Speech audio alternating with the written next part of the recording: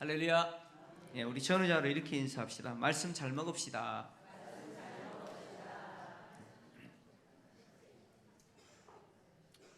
예, 아내나 어머니가 맛있게 밥을 내서 식탁에 차려놓으면 맛있게 먹어야 돼요. 먹는 둥 마는 둥 하면 차린 사람이 기분이 나빠요. 예, 제가 이 말씀을 드리냐면 말씀을 잘 드셔야 그 음식을 잘 먹어야 우리 몸도 건강하고 또 우리 몸이 그죠? 잘 자라지 않습니까? 마찬가지로 이 영의 양식인 말씀도 잘 드셔야 우리의 속 사람이 윤택하고 건강해집니다. 건강해져요. 잘 드십시오. 잘 드시기 바랍니다. 오늘도 정신 바짝 차리시고. 자, 베드로와 요한이 드디어 이제 풀려났습니다. 석방이 됐어요. 석방이 되자 동료들에게 갔습니다.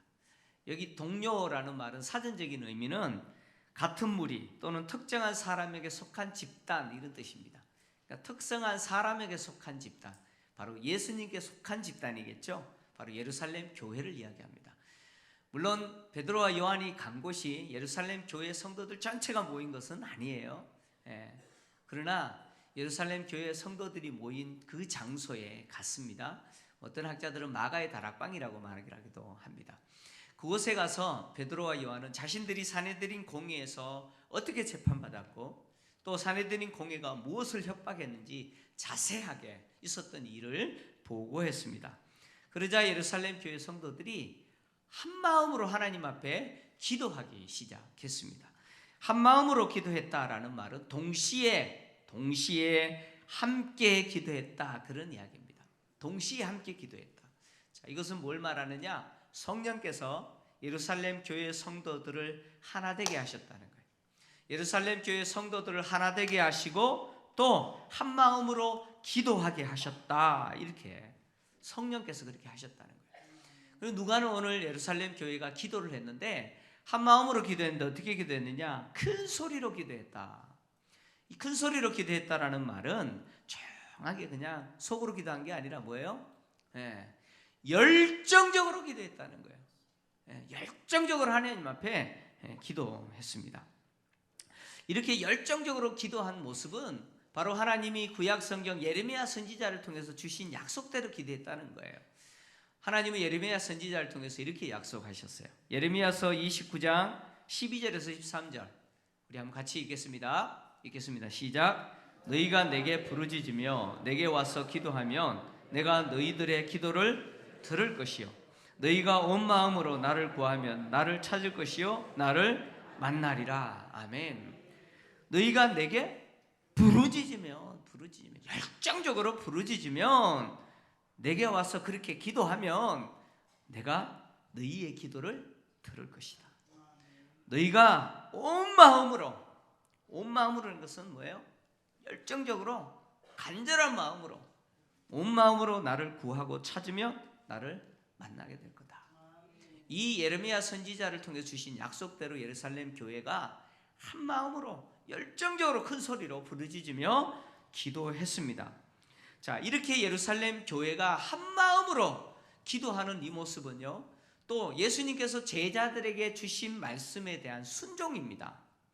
자, 마태복음 18장 18절 19절을 보면 예수님이 제자들에게 이렇게 약속을 하셨습니다. 한번 같이 읽겠습니다. 시작. 진실로 너희에게 이르노니 무엇이든지 너희가 땅에서 매면 하늘에서도 매일 것이요 무엇이든지 땅에서 풀면 하늘에서도 풀리리라. 진실로 다시 너희에게 이르노니 너희 중에 두 사람이 땅에서 합심하여 무엇이든지 구하면 하늘에 계신 내 아버지께서 그들을 위하여 이루게 하시리라. 아멘. 할렐루야. 주님이 제자들에게 이 땅에 세워진 교회를 향해서 말씀하시는 거예요. 제자들, 그 교회, 제자 공동체인 교회를 향해서 뭐라고 말씀하셨느냐? 너희들이 땅에서 매면 하늘에서도 매일 것이고 너희들이 땅에서 풀면 하늘에서도 풀릴 것이다. 이게 뭐냐? 기도하는 거예요. 합심해서 너희들이 땅에서 기도하면 그 기도를 하늘에 계신 아버지께서 들으시고 어떻게 하시겠다는 거예요? 응답하시겠다는 거예요. 할렐루야. 교회는요, 그런 의미에서 맬 수 있는 공동체, 매기도 하고 풀 수 있는 공동체가 교회의 공동체입니다. 바로 매고 푸는 것은 교회의 합심기도예요. 합심기도. 교회가 한마음이 돼서 합심하고 기도하면, 합심해서 기도하면, 그것이 매는 것이라면 하늘에서 메워져요. 그것이 푸는 것이라면 하늘에서 들으시는 하나님이 푸신다는 거예요. 할렐루야. 이런 공동체가 교회의 공동체라는 거예요. 여러분, 이렇게 기도하는 기도, 교회가 이렇게 합심해서 기도하는 거 응답될까요? 안 될까요? 주님이 약속하셨잖아요. 이루신다고. 하나님이 들어주실 거라고. 반드시 응답되는 거예요. 그래서 교회는요, 하나님의 능력을 세상에 드러내고 하나님의 통치를 세상에서 이루는 공동체가 바로 교회 공동체입니다. 교회는 그만한 대단한 공동체예요. 여러분, 교회는 대단한 공동체입니다. 믿습니까? 여러분, 매기도 하고 풀기도 하는 공동체가 교회 공동체예요. 그래서 지금도 하나님은요, 이 교회를 통해서 일하십니다. 교회가 합심하여 기도하는 기도를 들어 응답하십니다. 그 기도를 통해서 이미 하늘에서 이루어진 뜻을 이 땅에서도 이루시는 거예요. 믿습니까? 이루세요. 여러분, 그래서 교회가 합심해서 기도하면 그 기도를 하나님은 들으십니다. 합심해서 기도해야 되겠어요? 안 해야 되겠어요? 해야죠. 여러분, 언제 기도하시겠어요? 새벽에 오셔서 기도하시겠어요? 잠이 안 깨잖아요. 금요일날 오세요. 금요일날 오셔서 합심해서 기도하셔야 돼요. 모든 성도들이 이렇게 동일한 마음으로 합심하여서 열정적으로 기도를 시작한 예루살렘 교회는 우리의 기도를 들으시는 그 하나님을 뭐라고 고백했느냐? 대주제라고 고백합니다. 하나님은 대주제시다. 대주제라는 이 말은 큰 임금 또는 큰 주인이라는 뜻입니다. 특히 전제군주나 노예의 주인을 칭할 때 이 표현을 사용합니다. 그러니까 이 대주제라는 표현이 하나님에게 적용되면 하나님은 어떤 분이냐? 천지와 우주 만물을 창조하신 분이라는 거예요. 그래서 예루살렘 교회가 하나님을 대주제라고 고백하고 이어서 뭐라고 고백합니까? 왜 하나님이 대주제이시냐? 하나님은 천지와 바다와 그 가운데 만물을 창조하신 분, 지으신 분, 바로 그분이 하나님이시라는 거예요. 그래서 하나님은 천지와 만물을 창조하신 대주제로서 만물의 주인이시고 만물을 통치하시는 지배자, 바로 그분이 누구세요? 우리의 기도를 들으시고 우리의 기도를 응답하시는 분이 바로 그 하나님이시라는 거예요. 예루살렘 교회가 하나님을 대주제라고 표현하고 그리고 천지와 만물을 창조하신 분이시다라는 고백은 바로 시편의 고백을 인용한 거예요. 시편 146편 6절을 보면 시인이 하나님을 이렇게 고백했어요. 한번 같이 읽습니다. 시작. 여호와는 천지와 바다와 그 중에 만물을 지으시며 영원히 진실함을 지키시며. 아멘. 하나님은 어떤 분이세요? 하나님은 천지와 바다와 그 중에 만물을 지으신 분이라는 거예요. 예루살렘 교회가 이것을 신앙 고백을 하고 있는 거예요. 우리의 기도를 들으시는 분은 바로 이런 분이시라는 거예요. 자, 하나님이 천지와 그 중에 있는 모든 만물을 다 지으신 분이다라고 하는 이 믿음은요, 대단한 겁니다. 왜 대단할 뿐만 아니라 이 믿음이 중요한 믿음인데 왜 이렇게 중요하냐? 구약에 보면 히스기야라는 왕이 있습니다. 히스기야가 남이스라엘을 통치하는 왕으로 통치하고 있을 때 바로 아수르로 성경에 등장하는 그 아시리아 왕이었던 사네립이 유다를 침공합니다. 그래서 예루살렘을 제외한 모든 성읍들을 다 정복해요. 정복하고 나서 라기스에서 랍사게라고 하는 신하를 보내서 히스기야를 협박합니다. 항복하라고 협박합니다. 특히 예루살렘에 피신한 유대 백성들을 향해서 뭐라고 이야기하느냐? 나 사네립은 지금까지 수많은 민족들을 멸했다. 내가 멸한 수많은 민족들은 다 나름대로 신들을 숭배했다. 그러나 그들이 신뢰하고 그들이 지켜줄 거라고 했던 그 신들은 결국 내 손에 어떻게 했어? 내 손에 의해서 다 망했다. 그 민족들은 다 망했다. 너희 유다 백성들아, 히스기야가 우리 이 유다 민족을 하나님이 지켜주실 것이다. 이 예루살렘을 하나님이 지키시고 사내립 아시리아를 통해서 보호해 주실 것이다. 아시리아로부터 보호해 주실 것이다 라고 하는 히스기야 말을 믿지 마라. 믿지 마라. 내가 정복한 민족들도 다 자신들의 신들이 지켜준다고 믿었다. 그러나 다 망했다. 너희들도 망할 것이다. 그러니까 망하기 전에 뭐 해라? 항복해라. 이렇게 요청했어요. 그랬더니 그 이야기를 들은 히스기야가 하나님께 기도합니다. 기도하는데 자, 왕하서 열왕기하 19장 15절 그리고 17절에서 19절 한번 봅시다. 이렇게 히스기야가 기도합니다. 자, 같이 읽습니다. 시작. 그 앞에서 히스기야가 기도하여 이르되 그룹들 위에 계신 이스라엘 하나님 여호와여, 주는 천하 만국의 홀로 하나님이시라. 주께서 천지를 만드셨습니다. 자, 보세요. 사내립이 모든 지금까지 많은 민족을 내가 멸했는데 그 민족들이 신들이 없어서 망한 게 아니라는 거예요. 그 민족들이 나름대로 지켜줄 거라고 하는 신들이 있었지만 다 망했다. 너희도 동일하다. 히스기야가 하나님이 지켜줄 거라고 이야기하는 거 그거 믿지 말라는 거예요. 그래서 항복해라 라고 이야기했는데 히스기야가 이렇게 이야기하는 거예요. 하나님, 저 사내립 이야기 들으셨죠? 저는 이렇게 믿습니다. 하나님은 홀로 하나님이세요. 하나님은 천하 만국의 홀로 하나님이시고 하나님이 이 모든 만물을 창조하셨습니다. 하나님은 창조주십니다. 그러면서 이렇게 이야기하죠. 17절과 19절까지 다시 같이 읽습니다. 시작.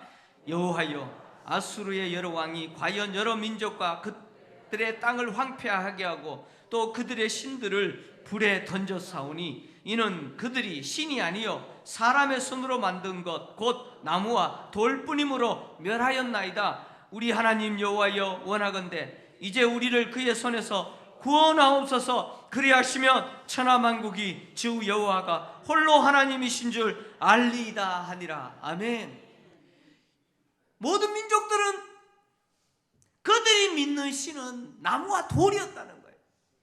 생명이 없는 나무와 돌을 마치 자신들을 지켜주는 것처럼 믿었기 때문에 망했다는 거예요. 그러나 우리의 하나님은 그런 하나님이 아니라는 거예요. 우리 하나님은 나무와 돌의 하나님이 아니라는 거예요. 우리 하나님은 천지 만물을 창조하신 분이에요.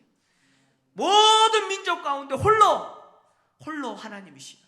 그래서 하나님, 우리를 저 아시리아로부터 구원하시는 것을 통해서 하나님이 홀로 하나님이신 것, 하나님이 세상의 주인이시고 세상을 창조하신 분이라는 사실을 드러내십시오라고 요청했어요. 여러분, 국가의 위기예요. 그죠?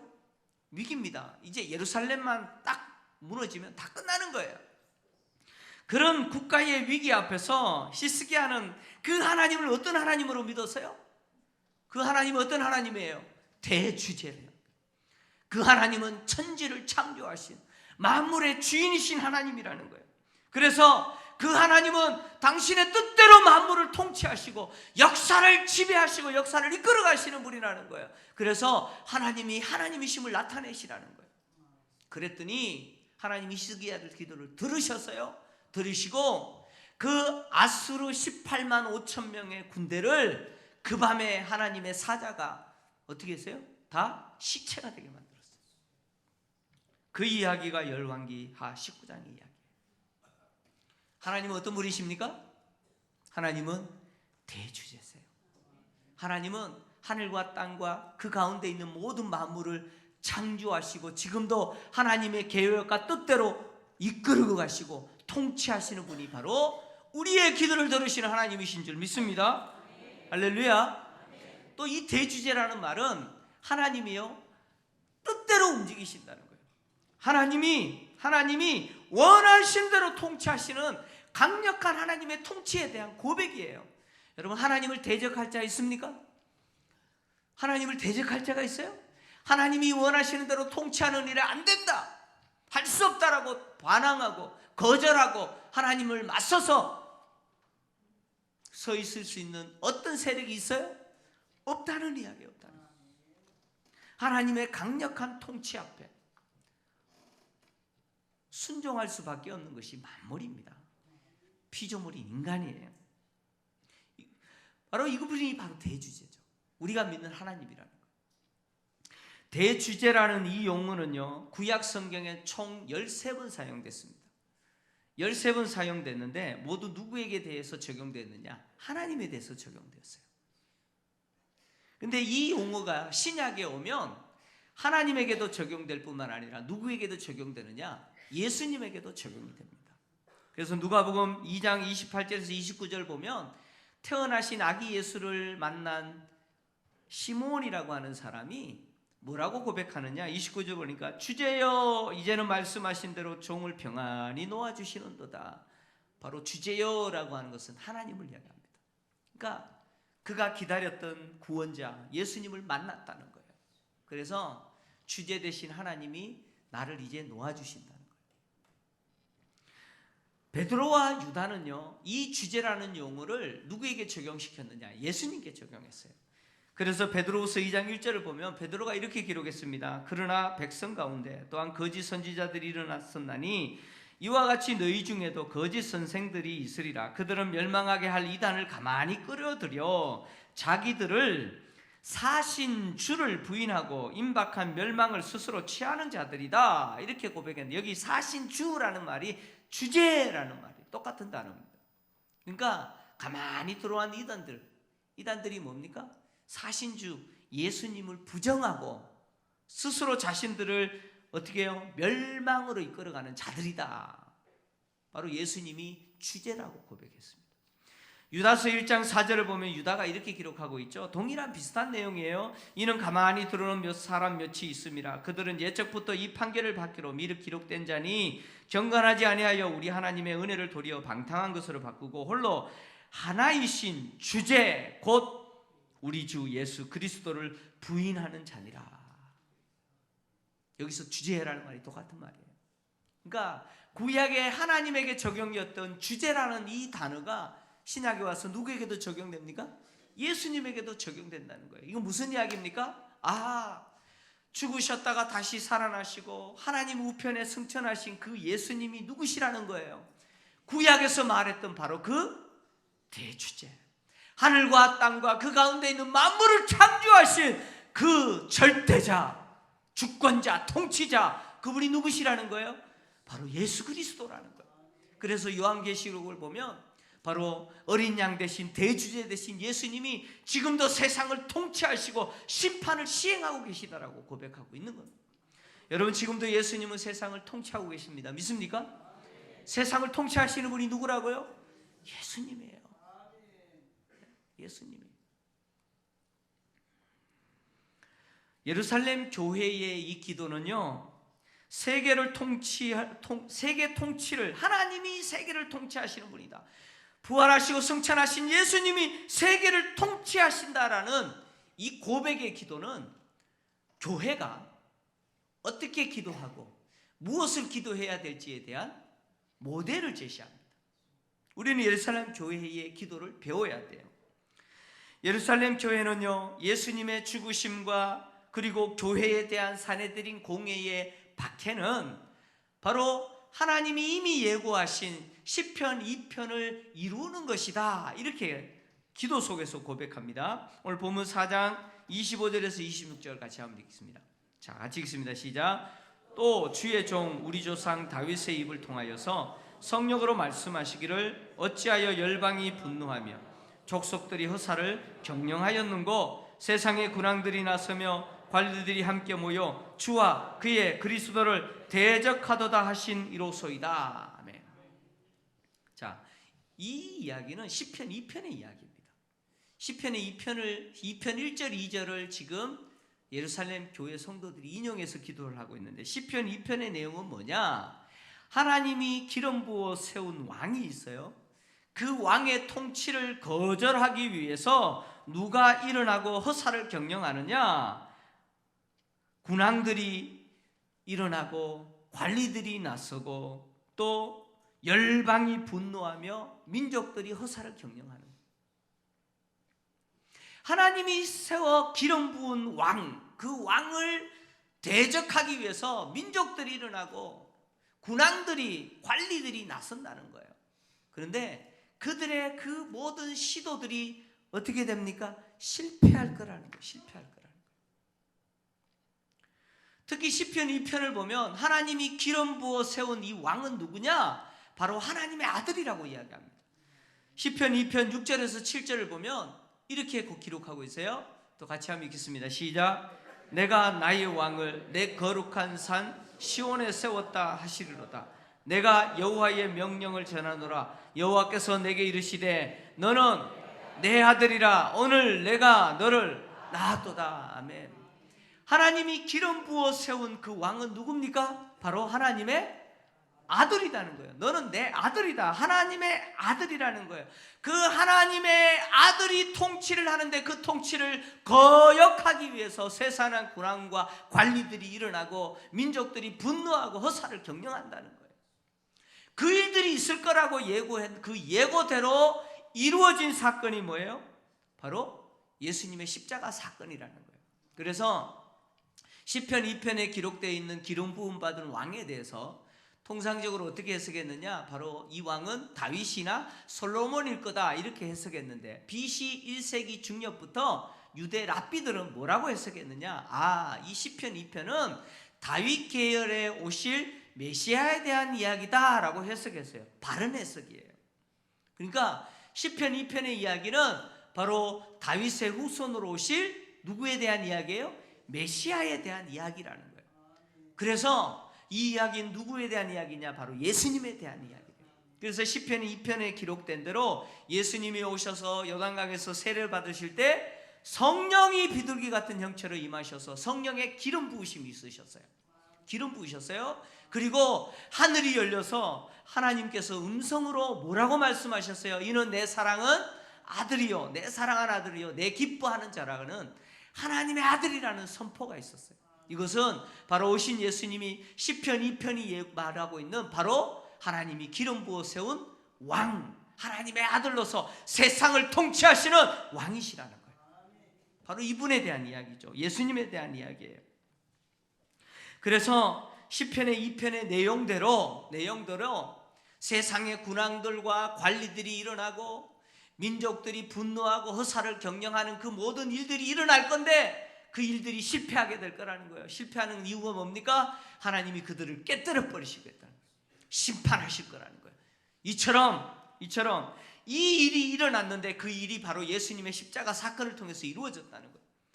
특히 예루살렘 교회는 이 시편 2편이 성취되었는데 바로 예수님의 십자가의 죽으심과 교회에 대한 박해를 통해서 이루어지고 있다는 거예요. 그래서 예수님의 십자가 사건은 시편 2편이 성취된 사건으로 특히 예루살렘 교회는 세상의 군왕은 누구냐? 바로 헤롯이라고 이야기합니다. 그리고 하나님이 기름 부은 하나님의 아들이신 왕을 대적하기 위해서 일어났던 관리들은 누구냐? 바로 로마의 관리, 로마가 파견한 관리였던 총독 본디오 빌라도라고 이야기합니다. 그리고 이방의 나라들과 민족들, 특히 여기 분노하는 이방의 나라와 허사를 경영하는 민족들은 누구냐? 바로 로마와 유대인들이라고 이야기를 합니다. 이들이 시편 2편에 기록된 대로 이루기 위해서 어떻게 했어요? 예수를 십자가에 죽였다는 거예요. 죽였다는 거예요. 하나님이 세우신 왕이신 하나님의 아들을 거역해서 하나님의 그 통치, 하나님의 아들의 통치를 거역해서 거절해서 대적해서 죽였다는 거예요. 오늘 예루살렘 교회가 말하고 있는 이 헤롯은 헤롯 대왕의 아들 헤롯 안티파스를 이야기합니다. 분봉왕이죠. 분봉왕입니다. 이 헤롯 안티파스는 갈릴리 지역과 요단 동편인 베레아 지역을 통치했던 분봉왕입니다. 이 헤롯 안티파스는 또 누구냐? 여러분, 세례 요한을 죽였던 사람이죠. 그의 이복 동생인 빌립의 아내를 자기 아내로 만들어버린, 그래서 그것을 비난했던 세례 요한을 못 베어 죽인 사람이고, 또 본디오 빌라도와 합세해서 예수를 죽인 일에 함께 신문했던 사람이에요. 바로 이 사람이 헤롯 안티파스입니다. 그는 예수님이 죄가 없다는 사실을 알았지만 석방하지 않았어요.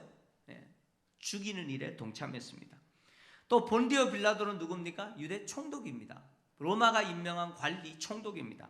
사도행전에 보면 로마가 임명한 관리로서 총독 6명이 등장합니다. 그 이름을 제가 말씀드리면 첫 번째는 구레뇨예요. 구레뇨. 두 번째는 바로 본디오 빌라도입니다. 세 번째는 서기오 바울, 네 번째는 갈리오, 다섯 번째는 벨릭스, 여섯 번째는 베스도. 이 6명이 로마가 유대를 통치하기 위해서 파견한 관리로서 총독입니다. 그러니까 빌라도는 구레뇨 다음으로 두 번째 총독이에요. 예수님이 태어났을 때 총독이 누굽니까? 구레뇨입니다. 구레뇨. 그리고 예수님이 죽으셨을 때, 예수님이 십자가에 죽으셨을 때 예수를 죽인 총독이 누굽니까? 본디오 빌라도예요. 그래서 오늘날 교회가 신앙 고백할 때마다 그 이름이 거론되잖아요. 본디오 빌라도는 구레뇨 다음으로 AD 26년부터 AD 36년 10년 동안 유대를 통치했던 총독입니다. 그는요 헤롯과 연합하여서 예수를 죽이는 일에 열심히 했던 사람입니다. 누가는 빌라도와 헤롯이요 원수 사이였으나 예수를 죽이는 일에 있어서 어떤 관계가 됐느냐, 친구가 되었다고 누가복음 23장 12절에 이야기합니다. 헤롯과 빌라도는 서로 경쟁 상대였어요. 그랬던 서로 원수였던 그들이 예수 죽이는 일에 어떻게 했습니까?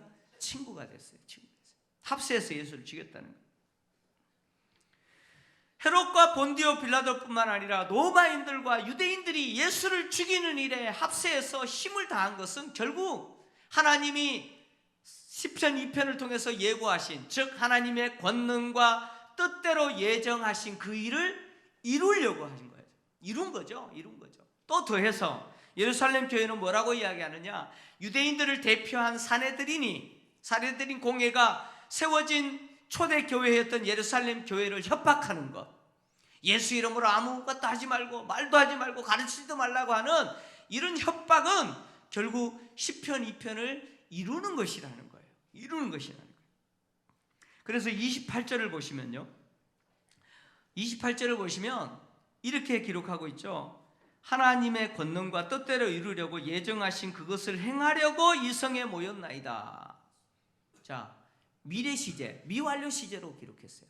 그러니까 예수님의 십자가 사건은 시편 2편이 성취된 사건이고, 또 예수님의 구속 사건은 십자가 사건으로 태어난 이 땅의 제자 공동체인 교회에 대한 박해는 시편 2편을 성취하는 것이라는 거예요. 무슨 말인지 이해되시죠?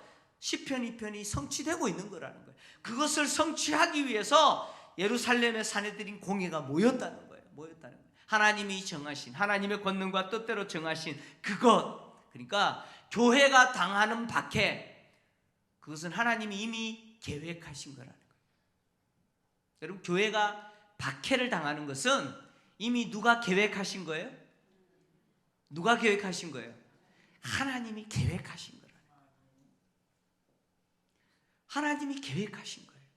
그러니까 교회를 핍박하고 교회를 박해하는 사람들이 열심히 교회를 박해하는데 알고 보니까 그것조차도 누가 이미 계획하신 거예요?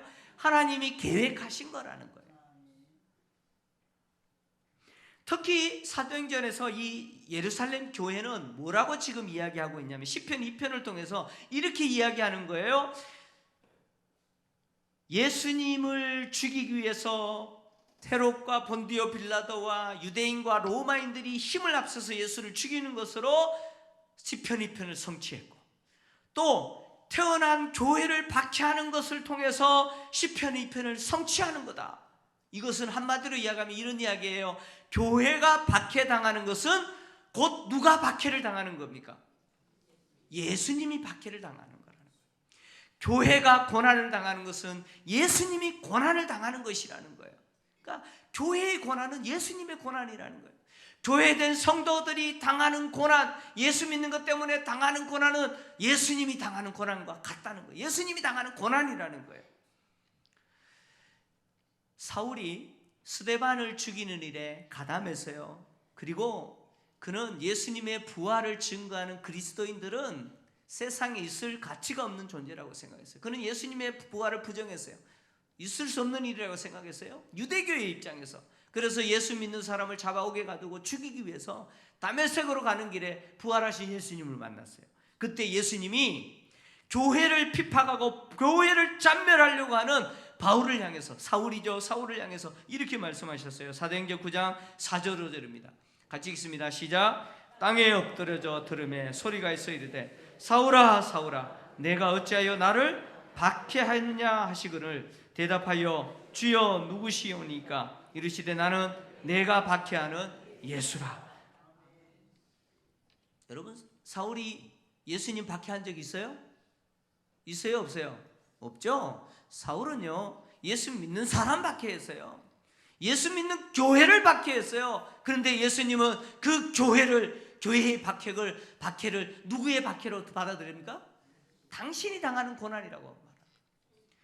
정작 교회가 고난을 당하는데 주님은 내가 고난 당한다고 이야기하고 계시는 거예요. 교회의 고난을, 당신의 고난, 성도들이 당하는 고난을 예수님이 당하는 고난으로 주님은 받아들이시는 거예요. 그래서 바울은요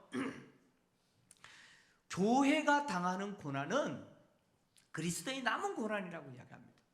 골로새서 1장 24절, 골로새서 1장 24절 같이 읽습니다. 시작.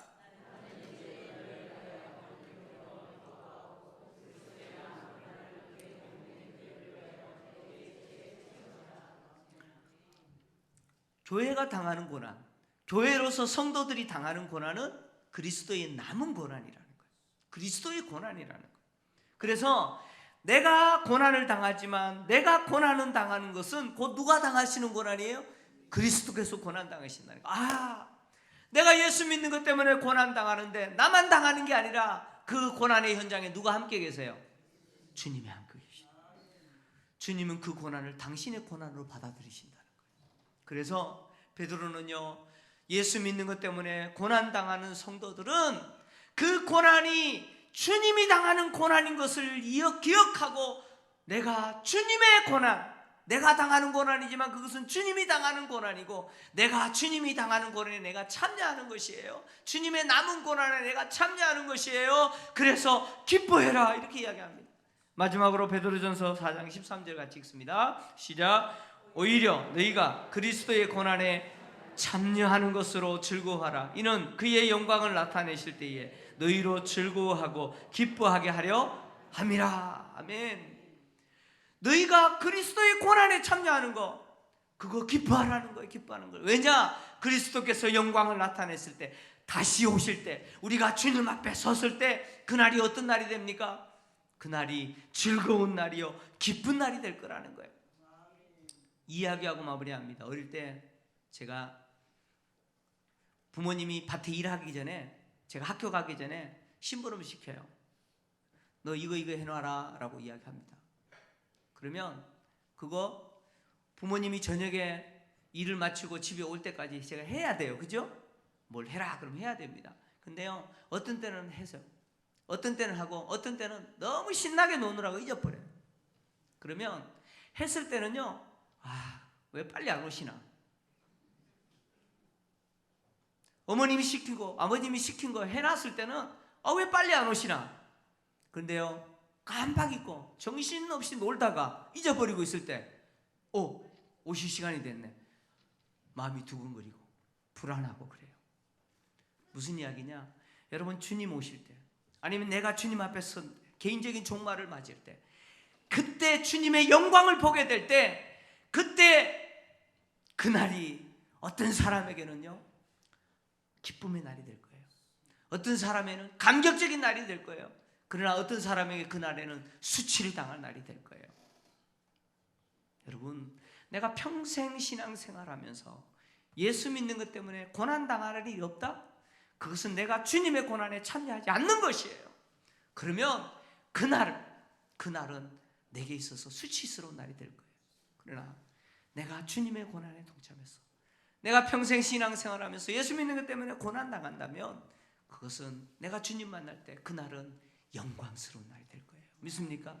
저는 우리 김포지역의 모든 성도들이 정말 종교생활하는 것이 아니라 예수 믿는 것 때문에 고난당하시고 예수 믿는 것 때문에 억울한 일 당하시고, 그래서 주님 만날 때 주님이 고생했다, 나 때문에 고생했다, 그래서 칭찬과 영광을 얻는 그날이 여러분들에게 있기를 주의 이름으로 축원합니다. 하나님 아버지,